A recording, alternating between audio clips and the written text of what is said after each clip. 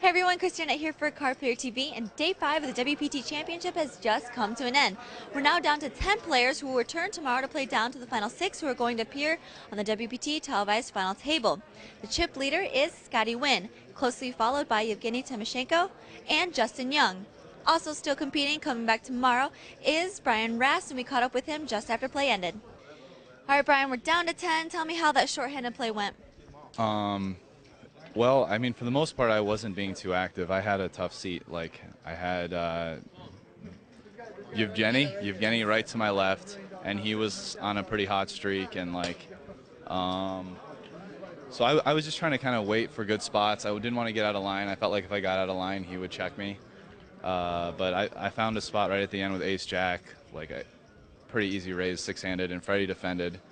And he check raised the Jack-7 deuce board with two spades, and of course I called.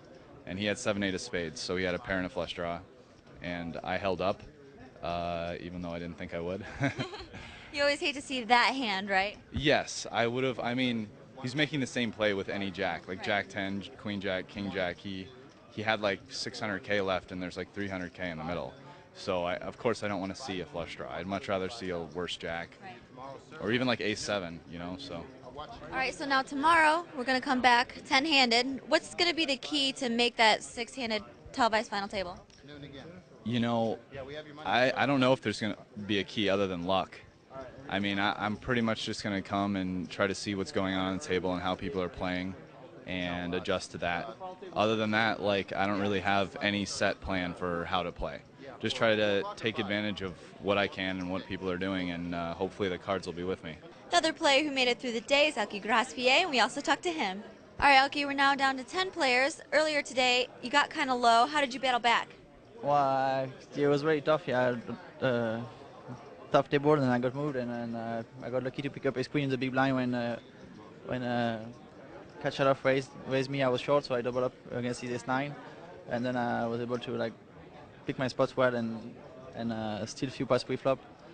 Like one time I had ace against Scotty, so that's basically it. But like the table, sorry.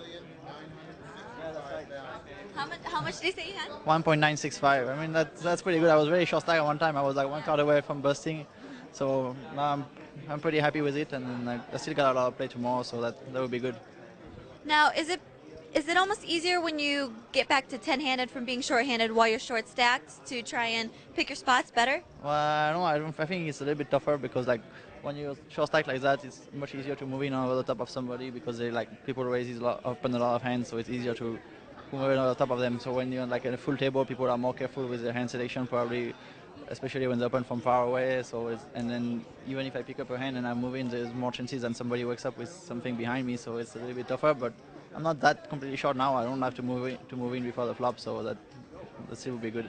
Well, good luck tomorrow. Thank you. Thanks, Elky. We'll be back tomorrow, and only 4 players need to be eliminated. So stay tuned into cardplayer.com for all your live updates, photos, chip counts, and videos. I'm Christy Arnett for Card Player TV.